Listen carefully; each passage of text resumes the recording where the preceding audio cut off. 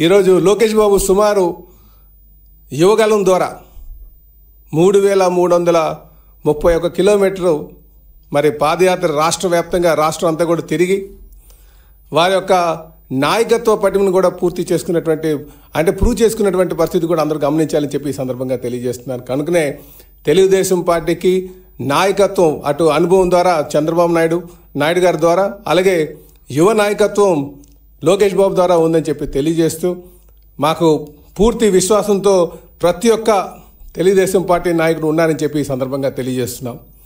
ఇదే కాకుండా ఈరోజు డావోస్కి వెళ్ళారు. కానీ డావోస్ కన్నా ముందు అమెరికాకు వెళ్ళి AP to America, America to Davos వెళ్ళి ఈరోజు మరి ఇండస్ట్రియలిస్టులందరినీ కూడా ఆకర్షించి ఈరోజు రాష్ట్రానికి పెట్టుబడులు తీసుకొచ్చినటువంటి తీరు కూడా మీరు గమనించాలి. అమెరికాకు వెళ్ళి అక్కడ గూగుల్ని కన్విన్స్ చేయగలిగారు, అలాగే టీసీఎస్ని కన్విన్స్ చేయగలిగారు. ఈరోజు ఈ రాష్ట్రం వైపు అనేక మంది ఇండస్ట్రియలిస్టులు చూస్తున్నారంటే అది యువ నాయకులు లోకేష్ బాబు ఒక్క చొరవ అని చెప్పేసి ఈ సందర్భంగా తెలియజేస్తున్నాను. గడిచిన 5 సంవత్సరాలుగా మీరు చూసుకుంటే ఈ ఒక ఏపీ వైపు చూడాలన్నా సరే భయపడేటువంటి పరిస్థితి.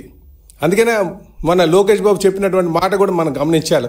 ఒక పేరుగాంచినటువంటి ఇండస్ట్రియలిస్ట్ అడిగినటువంటి మాట, రేపు జగన్ రాడని నమ్మకం మీరు చెప్పగలరా అని.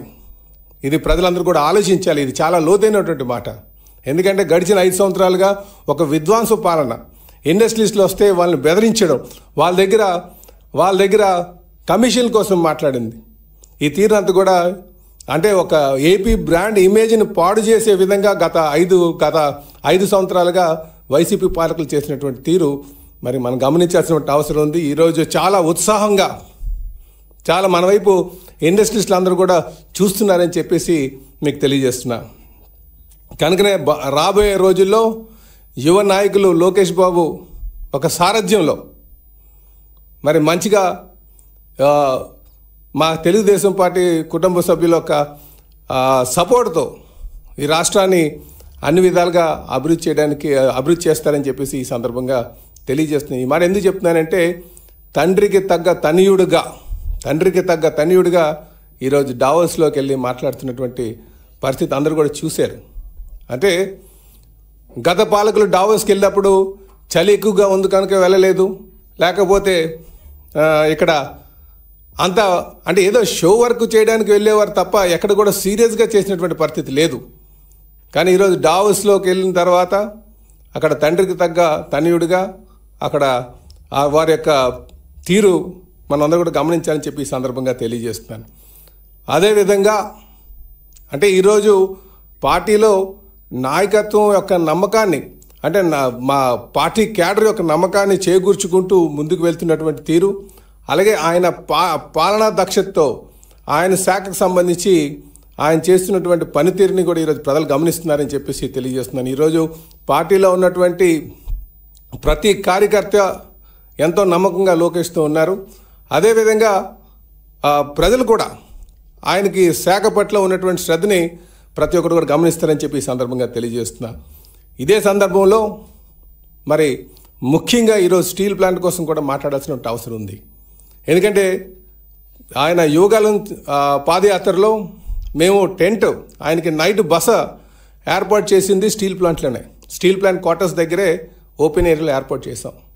ఆ రోజు అక్కడ ఆయన నైట్ స్టే చేసేటప్పుడు ఆ మరుసటి రోజు చాలామంది కార్మిక నాయకులు అందరూ వచ్చి ఈరోజు ఈ స్టీల్ ప్లాంట్ పరిస్థితి చాలా దారుణంగా ఉంది, దీన్ని ఏ విధంగా పరిరక్షించాలి, ఏం చేస్తారు, సేల్లో ఏమైనా మర్చేస్తారా, దీనికి ఆర్థిక సహాయం అందిస్తారా, లేకపోతే మైన్స్ ఏమైనా ఇప్పించగలరా అని చెప్పేసి వారు ఆ రోజు ఆయన అడిగినప్పుడు ఆయన ఆ రోజు ఇచ్చినటువంటి మాటకు కట్టుబడి ఆయన ఆ రోజే కార్మిక నాయకులందరికీ కూడా భరోసా కల్పించారు.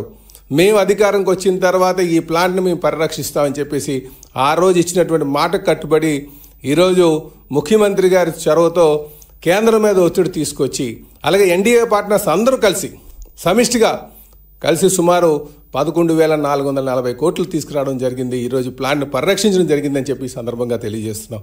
ఇందులో లోకేష్ బాబు యొక్క పాత్ర చాలా కీలకంగా ఉందని చెప్పేసి కూడా ఈ సందర్భంగా తెలియజేస్తున్నాను. ఎందుకంటే ఈ ప్యాకేజ్ అనౌన్స్ చేసే ముందు వారు వైజాగ్ కూడా వచ్చారు. వైజాగ్లో ఉన్నటువంటి అందరు ఎమ్మెల్యేస్తో కూర్చొని మాట్లాడి ఏ విధంగా చేస్తే బాగుంటుందని చెప్పేసి వారు ఆ రోజు అందరితో చర్చించి మళ్ళీ ముఖ్యమంత్రి గారి దృష్టికి తీసుకెళ్ళడం జరిగిందని చెప్పి తెలియజేస్తున్నాను. అందుకే ఈరోజు ఈ ప్లాన్ను పరిరక్షించడంలో లోకేష్ బాబు ఒక పాత్ర చాలా కీలకంగా ఉందని చెప్పేసి ఈ సందర్భంగా తెలియజేస్తున్నాం. ఇదే కాకుండా